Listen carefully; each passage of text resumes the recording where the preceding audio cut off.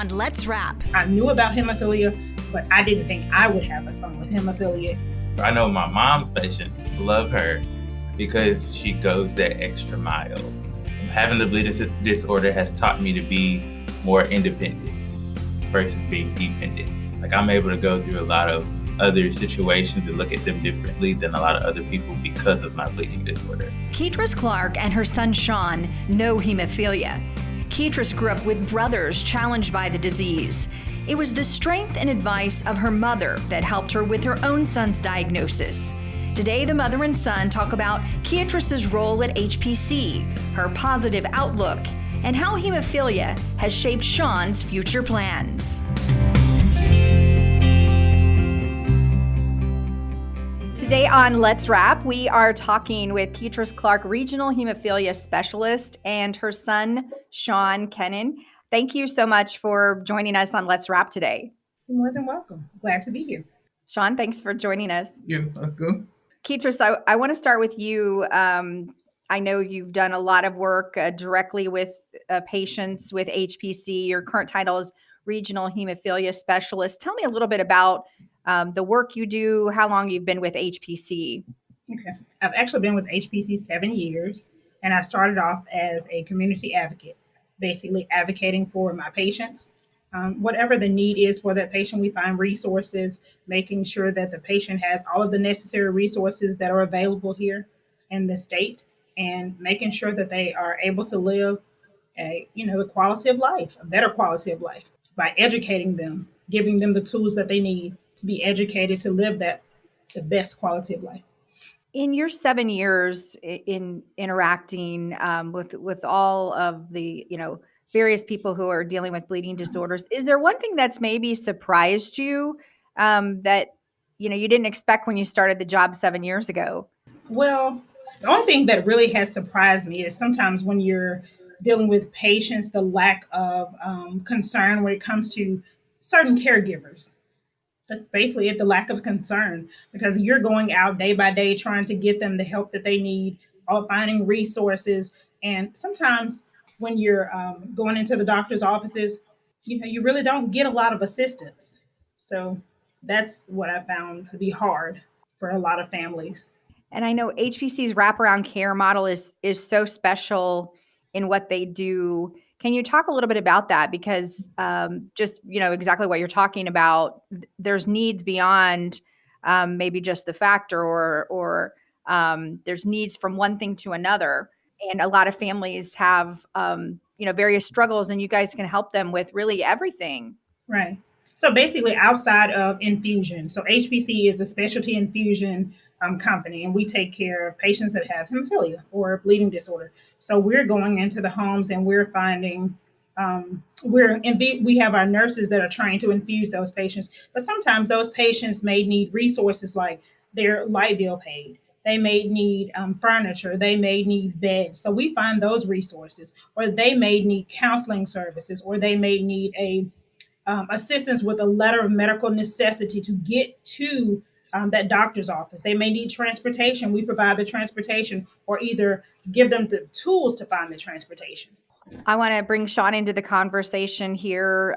Shawn, you're 23 years old. I know you've watched your mom, work with HPC for the past 7 years. You yourself have a bleeding disorder. And can you talk a little bit about how your mom has helped you, throughout your life, and then watching her go help others, even after she's helped you along?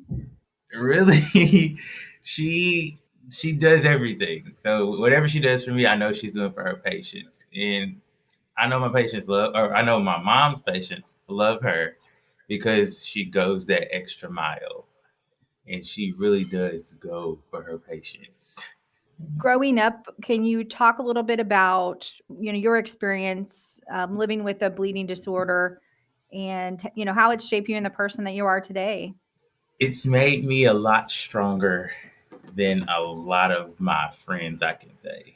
Like, I'm able to go through a lot of other situations and look at them differently than a lot of other people because of my bleeding disorder. Having the bleeding disorder has taught me to be more independent versus being dependent. And I could guess that, because of your mom's experiences with you as she's gone out working with HPC, she's been there. She knows exactly what these families are going through. Yeah, and she went through it herself at one point. I don't know if she tells people, but she does. She has. uh, and I know that she understands what they're going through, and she tries to help them the best that she can. And it's just her. And Keetris, as you sit beside your son, what are you most proud of him as the way he's grown up and dealt with a very difficult situation, but as he talks about just being a stronger person for it.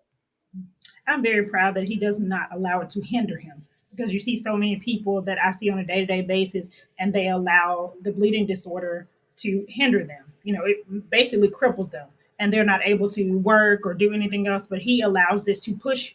He pushes past whatever the situation is, the circumstance, and it does, make him stronger. It makes him have a different outlook on life, and we talk about that a lot. We actually talked about this the other day, how it actually has made him have a different outlook on life and the way he's able to handle situations. So I'm very proud of him. I am. And how he interacts with other people, so when he finds other people that have a bleeding disorder, not just a bleeding disorder, if something else is wrong with them, he's able to assist them. He has the empathy to help people. And Shawn, tell me how that's maybe shaped what you've decided to do with your life, what you're doing right now. So I recently switched from being a funeral worker to being a mental health worker. So I just started with mental health. And honestly, being in the bleeding disorder community has helped me understand a lot of different other disorders, not only my own. And HPC actually helped with that a lot too, because they offer so many different services. And my mom, of course. And you talked a little bit about empathy. I would guess in the mental health field, you have to have a lot of empathy and understanding. A lot of empathy and a lot of sympathy. And I've learned that you can't just assume that people are, everybody's okay. Because I could be smiling now, but I could really be hurting. Like I could be having a bleed, or I could be having a psychotic episode going on, but you'll never know it. So you have to have empathy or sympathy just to deal with people in general. And Keetra's watching him do this work. I know he's just starting in this new field, but how proud are you of him and what he can offer as a result of what he's walked through? I'm very proud. Look, it almost makes me want to tear up a little bit. I'm very proud of him because he has always had like an old soul and been able to deal with people from all different walks of life. So this really makes me like very, very proud of him, that he is going out and he's able to help somebody else, have that shoulder to lean on and be able to assist a person when they're going through something. Just walk them through it, talk them through it, whatever they need. He's actually doing the same thing, finding those resources, finding assistance for them so they can get the help that they need. So I'm very proud, very, very proud. And I would guess there might be some similarities too with, when you're dealing with family members, whatever a diagnosis might be, Mhm. they don't always know what to do or where to turn and might even be in shock because something has come up that they weren't expecting. Right. A lot of times that happens, just say like if a person, like we just went through a storm here, and so a lot of people had issues with storms, their lights were out and they didn't have food. So you're finding those resources, people, places where they can get the food from, where they can get food baskets, or where they can get lights, or where they can get a warm bed. Or we have so many programs here, whereas if a person didn't have a bed, they could get a bed, and I mean a really nice bed. So just there's so many resources out there. You just have to find the resources to meet each and every person's need. So that's why I feel like HPC is a really good company, because they push us to go out and find resources for whatever that patient needs. I don't care what the need is. We're trying to facilitate that need. If there's a need, we're going to facilitate it the best that we can. So Keetris, take me back. I know when Shawn was diagnosed, it wasn't your family's first experience with a bleeding disorder. Can you kind of talk about the past and then also how Shawn was diagnosed? Well, I have two brothers with severe hemophilia as well. So I knew about hemophilia, but I didn't think I would have a son with hemophilia. It just never dawned on me that my son would have hemophilia. I didn't, like, okay, well, I'll have, have kids, but, it'll skip my family. It'll skip my little, family tree, but it didn't.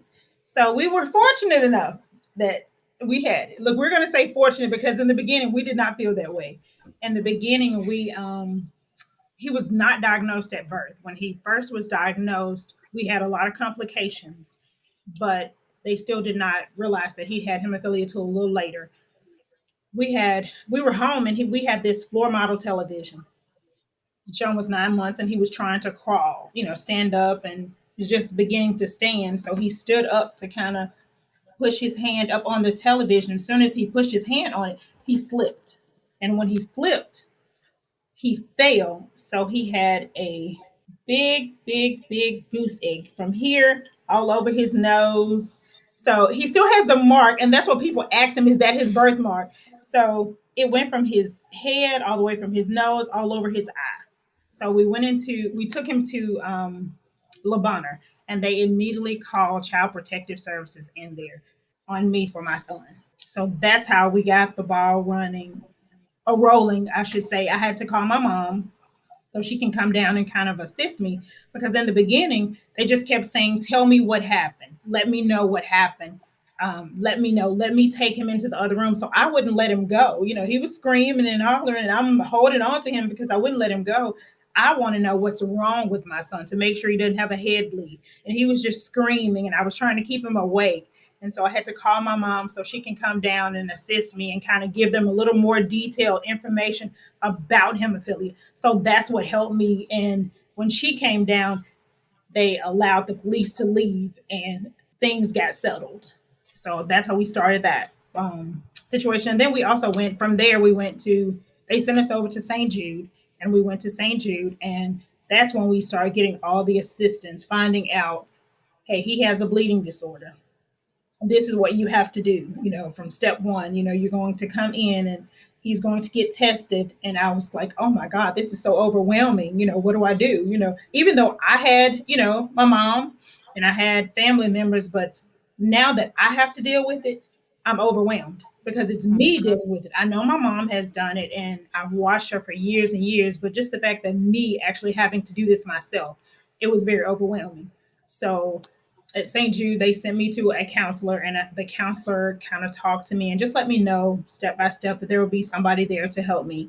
And after he had all of his blood work done, and they diagnosed him with hemophilia, and they put him on factor when he was little. So we had to get a nurse to come in and infuse him when he was smaller, and that did not go well. It didn't go well. It didn't go well because every time he would have to get infused, I would cry. I would cry and he would scream. So, he would scream and cry and cry and cry. So I would cry. So after that, we start trying to infuse. I was like, okay, well, I have to call my mom. I got my mom over and let my mom come over so she would calm him down and he would let my mom infuse him. But then when I started learning to infuse and I would try to infuse him, he would he would just all of a sudden cry. So I'm like, what am I doing? I was so hurt because I kept thinking that, like I'm doing something wrong as a mom. What am I doing? And I told my mom, I said, every time I would touch him, like to go, I'm getting ready to infuse him, set everything up, and I'm getting ready, he would just start crying. I think he was just doing that, because he knew that I would stop. And then he wouldn't have to get it right then. We would have to figure out something else because I would stop. I let that hinder me. That's the same thing that I kind of tell people now. Whatever the situation is, don't let things like that hinder you. You're going to have a lot of obstacles come up, but whatever the obstacle is, you can get past that obstacle. Whether you have to get somebody else to assist you, sometimes you have to get someone to come in and soothe you, hold your child, or, talk to them or whatever, but you can get past any obstacle. So that's one of the things that has helped me, by finding out, because in the beginning, it was not easy for me to deal with all this. But I will say how we got through it was my dad and my mom, especially my dad, he was always there for me. And just letting me know you can get through this. You can get past this. There's nothing too hard that you can't get past. Just trust and believe, the Lord never makes mistakes. So you can get past this. You can do it. That's how we made it through. How have you seen over the course of Shawns' life the treatments improve? I know the last 7 years, just watching what's happening with HPC, have the treatments gotten easier, shorter? How would you describe just the medical advancements? Well, over the last 7 years, the medication has advanced a lot because you have a longer acting products, and you have products now that are sub Q. So medication has advanced tremendously. So they have a lot of other medications that are able to assist people. And Shawn, how has your quality of life improved as these treatments have improved? It's made it easier for me to do things. Instead of me having to take it Monday, Wednesday, and Friday, I can just take it Tuesday and Thursday, or Tuesday and Friday. So it helped a lot because I wouldn't have to get up earlier than I had to because I like my sleep. He can basically pick his day when he wants to infuse. So that's a good thing. That's nice. Yes. Yeah, then more flexibility. Correct. And then now the the products have advanced, so you can take them with you. Back in the day, you would normally have to keep everything refrigerated. Now you can just throw it in his bag and take it with him. So it's easy access. So there's no reason why you can't infuse yourself. You can just take it with you and you're ready to go. You can do it anywhere, readily available. And Keetris, you're growing up with brothers with the bleeding disorder. Can you talk a little bit about that? Do you remember a lot about that? And I'm sure it's shaped what the advice your mother's been able to give you too. Yes. So, well, my two brothers, when they were younger, basically, I would see my mom infuse them, and things have drastically changed from when my mom was infusing them or when my brothers had to be infused because they were using cryoprecipitate. So they would have to go to the doctor and have these huge bags that were hanging from the wall for hours and hours and hours. So now that medication has advanced, we don't have to do that. And, we have Shawn that can go and do it at the drop of a hat really fast. So like my brothers, when they had to be infused, they would be in the hospital for a very, very long time, a very long time. And I would have to watch my mom, take off work, or either my dad. They would rotate and take, either one of them would either take off work to try to be there with my brothers. So I've watched them over the years like struggle trying to see how we're going to get this done, because you have these two boys. One has a bleed now, then as soon as you get this one together, the other one has a bleed. So, but they were able to manage because they worked together, and they were always positive. So that's a good thing. Yes, that can make a huge difference. Very much so. I know HPC talks about good vibes for life, just something that's important. How do you think that just plays into your daily role as a regional hemophilia specialist?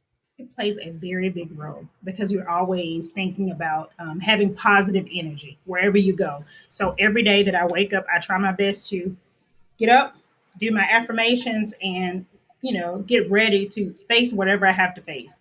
Some days are not going to be easy, but as long as you have a positive attitude, you can get through any day. So especially with all the good vibes and the good energy, it has made it wonderful. It has. And especially, because we have such wonderful coworkers. I have such wonderful people that I work with. And it's like we always talk about the wraparound care. We have people that will, assist you in any situation. So it has made it very flexible.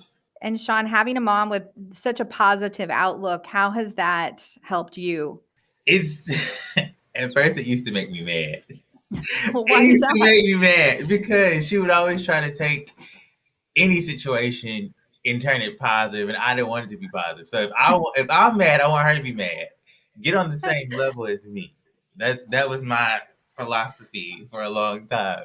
But now it actually has helped me as I've become an adult to actually look at things in a positive point of view versus always being negative or even thinking of the negative. Once you think of the negative, then the negative actually comes. If you think of positivity, positive things happen. So I like it now. At first, I hated it. When you look at, kids coming behind you that, have been diagnosed with a bleeding disorder and are really young or may be diagnosed, What advice would you give, to the kids and to the parents based on your experience? Don't give up.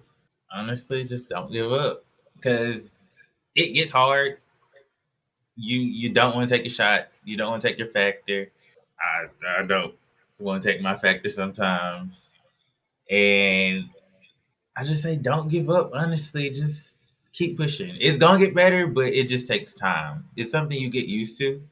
And Keetris, I know I've talked with other parents who've talked about, maybe there was a time that kids wouldn't participate in sports and how things have evolved. I would just guess it would be difficult not to be a helicopter parent, always, worrying and not wanting them to do anything. How do you balance that and, letting them live their life and encouraging them, but yet, still protecting them because I'm sure that's a constant worry. Well, years ago, I used to. Look, I'm looking at him saying I used to tell him he couldn't do this or couldn't do this. And every time he moved, I would kind of like, wanted to put him in a little bubble, but I couldn't put him in a Yes. bubble. So I just had to realize with the help of my mom and my dad, and, so many other people in the community just letting me know things will, like Sean said, things will get better, but we just have to let them know, some things they may not be able to do like other people, but you have to find something that you generally like, and the thing that you like, find a way that you can do it, So that's how we always manage it. And then I just let him know, if he wants to run track, but then he has to know his limitations. Because if you're just consistently telling a person no, that's going to really agitate them and make them want to do it even more. So I Yes, just tell them, yes. we can try certain things, and then they'll know their limitations. That's what we do. Definitely. And I think a lot of patients find different outlets. I know we've talked to Tim Andrews. His outlet has been painting and creativity. And there are various ways to have that outlet to do something you're passionate about, but also it can be a way of expression in dealing with your situation. Yeah.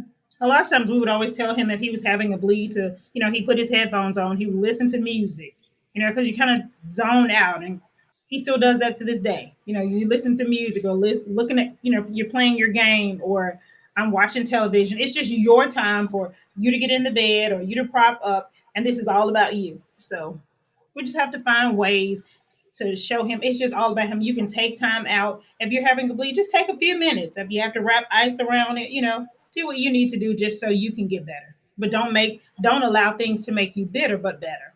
I know that March is National Bleeding Disorders Month. Can you talk about what does that mean to HPC and maybe any special events or anything coming up that may be of help in just taking that time to set aside that month? I think to really, I guess, recognize the challenges, but maybe also how far the advancements have come too. Well, in March, we will have several events. We will have a Blazing for Bleeders. We will participate in the Blazing for Bleeders event. It'll be in Nashville, and it's like a 5K run. So we generally raise money for that with the Tennessee Hemophilia Foundation. We partner with them, and we run.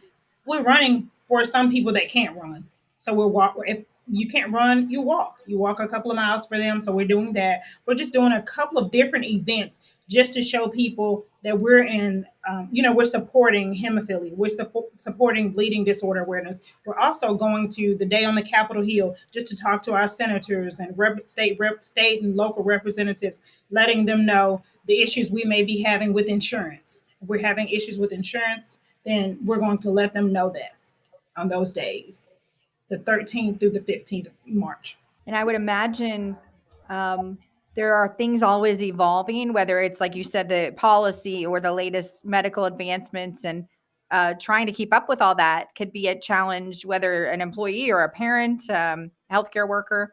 Yes, we're always trying to keep up with the latest information. What bill is being passed at this time, or what it's a lot of times it's with the insurance. You're trying to make sure that your insurance. Sometimes people's insurance change small little details in there, and your insurance, if it changes, you may not be able to get your medication from the pharmacy that you choose. So you're always trying to stay up on top of all of your insurance letters, any letter that you receive, or any documents, or you're just trying to make sure that you have all the information that's needed. Do you feel like there's so much more education and knowledge out there Yeah. today, compared to when your son was first diagnosed or even your brothers? A lot of different education. It's a lot of information that people have now that was not available years ago, 20 years ago, 30 years ago, that is available today, that can help people in all different ways, whether it's a cryo cuff, the little cuff that goes on your ankle, or a brace, or medic alert bracelets. People were not wearing medic alert bracelets, or the little seatbelt buddy. We have these little seatbelt buddies, and they say HPC on it, and it just actually has all of your information. So if you're in a wreck or something, they have all of your information in there so that they can get you to the proper hospital that is needed and get you the help that's needed. So there's so much information that is available today that was not available years ago. Yeah, and it sounds like preparation, knowing what could happen and just being prepared for it. Correct. Just even so, like going out of town, if you're going to take a trip, getting things prepared for your trip, whether it's a letter, getting your letter from your doctor, letting them know that you're going to travel, because a lot of times they would ask you to have that letter in your luggage when you're getting ready to travel, because you're taking that factor with you. So just getting things like that, or getting your enough medicine for your trip, getting prepared to make sure that all of your medicine is there, everything is up to date, just making sure that you have all of your needs met before your trip is coming up. Ketris, I know you were recently recognized by HPC as Employee of the Month. Can you talk a little bit about that recognition, and what it means to you? It means so much just to think that your coworkers would just think that much about you, to recognize you and say, hey, we appreciate you. We appreciate you for going the extra mile. Because sometimes you go and you work and you're doing so much, but you're not really conscious of it. You're not thinking about it. But the fact that people recognize you, I'm very appreciative, because nobody has to do anything for you. So it means a lot to me that people have actually recognized me. I'm very grateful. And HPC seems like a very tight knit community, even though I know you're all kind of all over the country, but you still have kind of that family We do. atmosphere. We do. It's like a little family that we talk on the phone every day. So basically, we get on the phone, or either we, message each other every day. So we have a very close knit family. So just say if I have resources here in the state of Tennessee that I have found, we will send an email or Teams message letting that other team member know, hey, these are some resources in the state of Tennessee, and I found that they're available here in North Carolina. They're available in Mississippi. They're available in Oklahoma. Just we're always connected, and letting that other team member know that we found resources, or letting them know that the resources are there available in other states. As you both look ahead, as a family who has so many experiences with bleeding disorders, what do you hope for the community, as you look to the next maybe decade? It's a good question. I actually hope that they find a cure for hemophilia. I know a lot of times people say that we don't want them to find a cure, but I actually hope that they find a cure. Like my son, he always says that if they find a cure for hemophilia, then I won't have to take this medicine anymore. I do. I hope that they find additional resources for people with bleeding disorders that would make different races want to be involved in, whether it's a study, whether it's get involved with other educational events, so that they can know that there are other resources out there, and that they won't feel like they're by themselves. Because a lot of times you're going through, whether it's a bleed or some hard situation in your life, and you're feeling like you're going through this by yourself. But if you would just open up to talk to someone, you would know that you're not going through this by yourself. You're not alone. So I just hope that they would find additional resources, additional medication, better medication, better doctor's offices, even that, better hematologists in different areas. Because a lot of times you don't have hematologists in the area that you're living in. You have to drive further to get to that hematologist. So more doctors, more educated doctors that are willing to deal with patients that have hemophilia and other comorbidities. Shawn, what would a cure or something similar, what would that mean to you?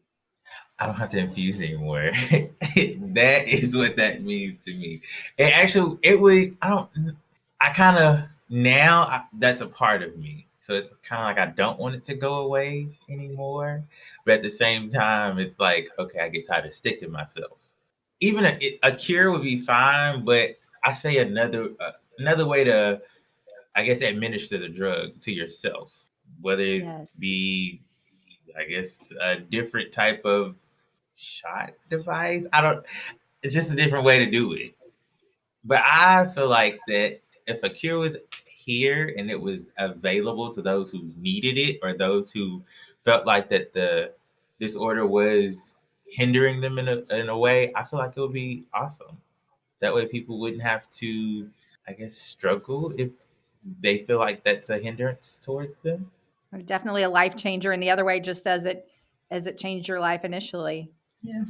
Well, Keatris Clark and Shawn Kennan, we want to thank you both so much for joining us today on Let's Wrap and sharing your personal story and some of your insights.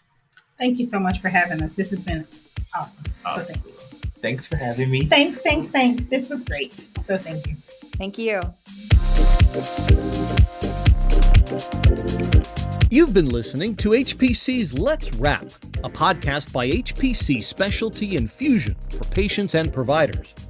We're proud to specialize in patient health and happiness at hpcspecialtypharmacy.com or call 1-800-757-9192.